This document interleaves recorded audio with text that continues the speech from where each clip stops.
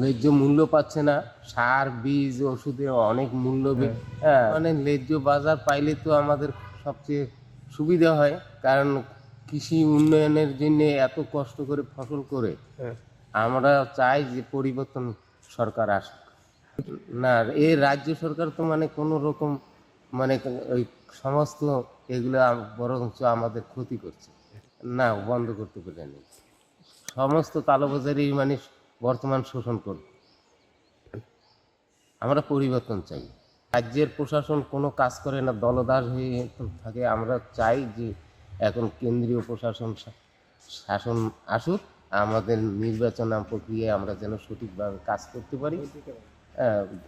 এইভাবে জনগণের ক্ষতি হচ্ছে, বিভিন্ন রকম মানে অন্যায় অত্যাচার, মারধর, ভোট দিতে পারছে না।